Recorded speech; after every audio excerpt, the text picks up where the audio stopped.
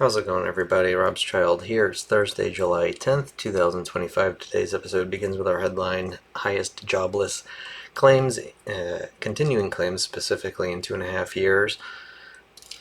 Really, since the end of April, we have been seeing highs, 2.5 year highs, that keep going higher. The continued jobless claims on a seasonal adjusted basis.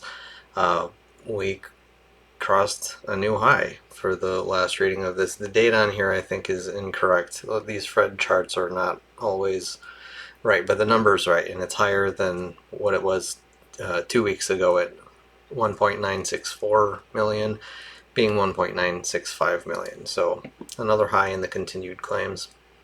As long as this continues to go up, it's a telltale sign that currently the jobs market is falling apart a bit here. And then the second part of today's headline, strong 30-year treasury bond auction. Pretty clear that there's plenty of foreign demand for U.S. treasuries. The world is not selling all of their treasuries, trying to run away from the dollar. Next, we move on to the community topics. What moves, if any, did you make today? Did you buy anything or sell anything? I'm very curious. Comment what you did below in the comment section.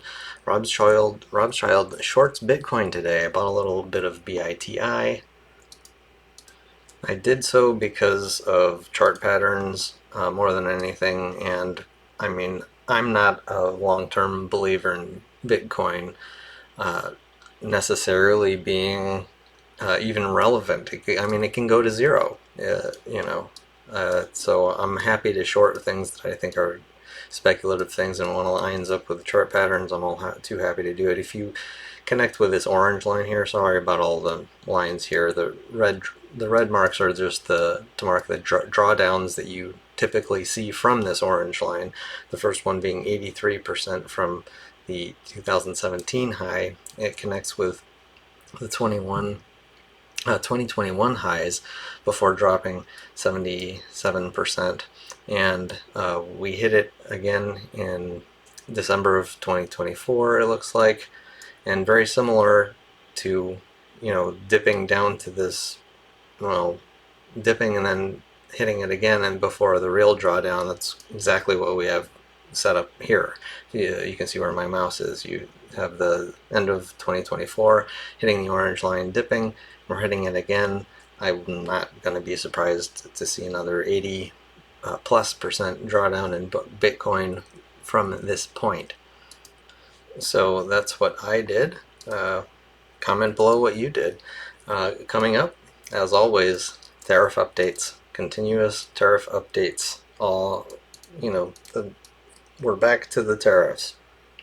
For it seemed like a month or two, everyone pretty much forgot about the whole tariff thing at all, and now it's back on the forefront of people's minds as what's going on here with the economy. The big news is the tariffs right now.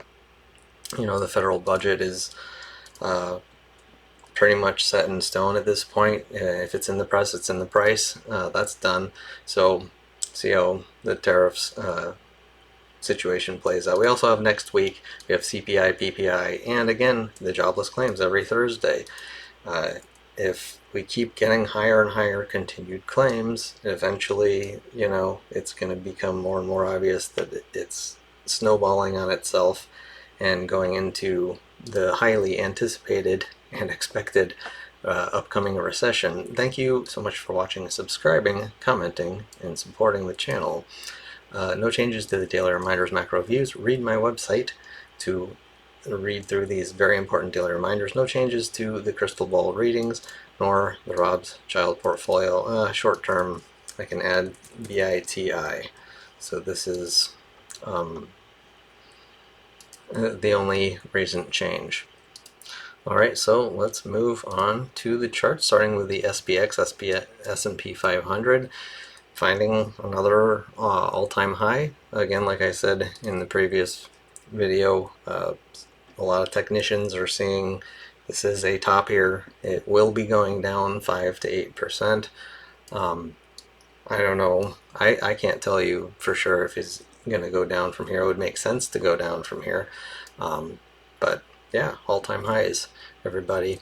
With the 30-year bond auction going very well today, the MOVE index is continuing to drop. This is the volatility of bonds. Well, look at that. We have crossed the threshold of a new low. Not seen, wow, since 2022 it looks like. We're actually below, so extreme low volatility in bonds, which tells me that, this may allow bonds to rise higher from here, and we'll see. Wanted to bring up total 2. This is all of cryptocurrencies minus Bitcoin. Along with Bitcoin, sort of soaring to new heights. It's very risk on in the most risky possible kind of things, and that's a time to, in my opinion, to have a lot of caution when all of the most popular stocks, meme stocks, including the mega caps, they're not exactly meme stocks exactly, but when they're priced and treated like they are meme stocks, they have that, they function the same. People are buying them at no matter what the cost is. Doesn't matter how high the price is. A lot of people are fooled into believing that a high price equals safety, when it's actually the absolute opposite. A high price equals danger. A low price equals safety. That's a key component to understanding value investing, the way Benjamin Graham thinks, and the way that logic kind of dictates that, when something's very low in price and you buy it and you have safety, because it's not really going to just keep going down forever. It can't, a treasury bond can't go to zero, for example. And when something's super expensive, it's like, it feels like so safe because it's worth so much money and people are paying so much for it, and it feels safe, but it's the opposite. It's actually extremely dangerous when things get expensive, and we're seeing all of the most risky things going up too much right now, and I don't think it's going to end well, but that's just me and my crystal ball. And so SMH eking out new highs in the semiconductor index. It's going to go through my charts here. I have the high yield corporate bonds. Interestingly, while all of these super high risk assets are going up, we are seeing credit spreads spread a little bit. And that's just a little indication that the slightly smarter money in, junk bond credit is getting a little more nervous. They're stepping back, while the most volatile, most risky assets are finding new higher highs. It's sort of a divergence that I think will play out in that. Obviously, I think Bitcoin's going to go down along with most other risk assets sooner than later. But again, that's just me and my crystal ball. Next up, something catching my eye, Palladium, because this keeps changing to weekly. Hold on one second. Alright, because we are finding new highs that we haven't seen for a while. Again, Palladium is a lot more rare than gold, and yet it's only a third of the price right now. That's another mismatch that I like to take advantage of. I'm not exposed to Palladium directly, but one thing that is affected by that is the fund REMX, which is rare earth miner ETF, and that did very well today. That went up by 8.68% today. So if you follow my portfolio, you know that that's I have a large position in that, and that did really well today. Obviously, this has to do with the tariffs. I'm not exactly sure how it works. All I know is that this exact fund was worth several $100s decades ago, and still only $45 now. So I'm happy to be in something that has been suppressed for a long period. And then the next chart I wanted to bring up is MSOS. I told you guys yesterday I might be taking some profits off the table at $3. I was expecting it to get to $3. It got to $3 all right, and actually surpassed it all the way to $3.23.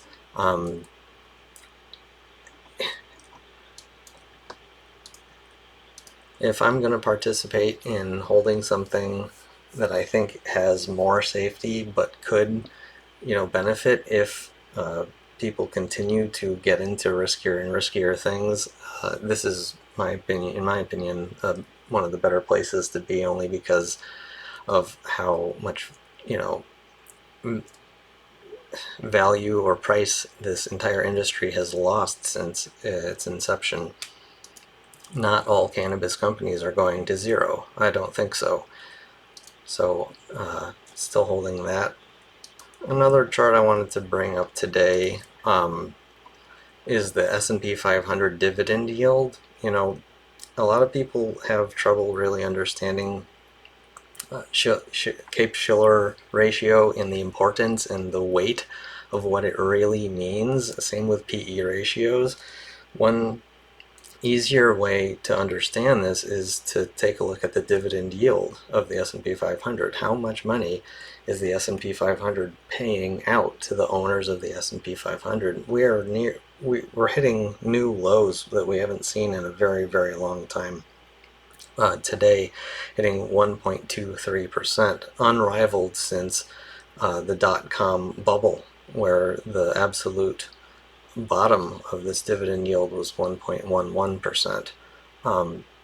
I can scroll in a little bit here. In between those times, by the way, we went all the way up to 2%. Great financial crisis got up to 3.6%, and we've basically been around 2% for most of the time. When we get below 2%, and we're continuing to new lows, it's like another warning sign that things are probably a little overheated in terms of price. The percent is the percent of, like, if you have $100 of the S&P 500 right now, you're only getting $1.23. Whereas historically, you scroll out, you could get anywhere between $3.50 to $9 in various periods for a year. You're just holding S&P 500. Since the late 90s and 2000s, most people have adopted the idea that, it's better if smart companies hold on to those earnings because they can use that money to make more money. And the stockholders benefit because the company is bigger and the company is making more. I'm not the biggest... I don't love that mentality at all. I think investors should have a little more choice in where their money goes, instead of the companies that they own and all of these funds deciding where it goes. But that's a discussion for another day. The point here is that the S&P 500 only pays 1.23% right now, which, again, we haven't seen since the year 2000, before the dot-com collapse. The last chart of the day I wanted to bring up is the 10-year minus 3-month Treasury. Once again, if you haven't seen the show, when you cross below zero, it means that the Federal Reserve is basically strangling the economy. When they're done strangling it and realize they didn't actually strangle it enough, you go into a recession. You can see it every time on this chart. In 1990, before the dot-com bust, we were negative, uninverted into a recession. Before the Great Financial Crisis, inverted, uninverted into a recession. Even before the COVID collapse, we were headed into a recession before COVID, by the way, for anybody that doesn't know. And then, we've had since, the longest, deepest yield curve inversion since basically the Great Depression, by various metrics. And we haven't gotten that recession or depression yet, but we have sort of uninverted, but not really. when we're this close to zero, I still count this as basically inverted. And it's not basically inverted, it is currently inverted. And with these Fed people coming out and saying, are we at a neutral rate? The Fed minutes are coming out with various stances on where monetary policy should be and whether they agree if their policy is restrictive or not. One person I heard talking about this said, how can you consider this to be a restrictive environment when the S&P 500 is currently sitting at all-time highs? And that's a very good point. But the yield curve, I think, tells a bigger, better story. I think the price of the S&P 500 right now is more tribute to dumb money being loaded to the teeth in the wrong things right now at the most possible wrong time. But I don't know. I'm just a guy with a crystal ball. And that's all from me and my crystal ball. Hope you enjoyed. Thank you for watching and see you next time. Robschild.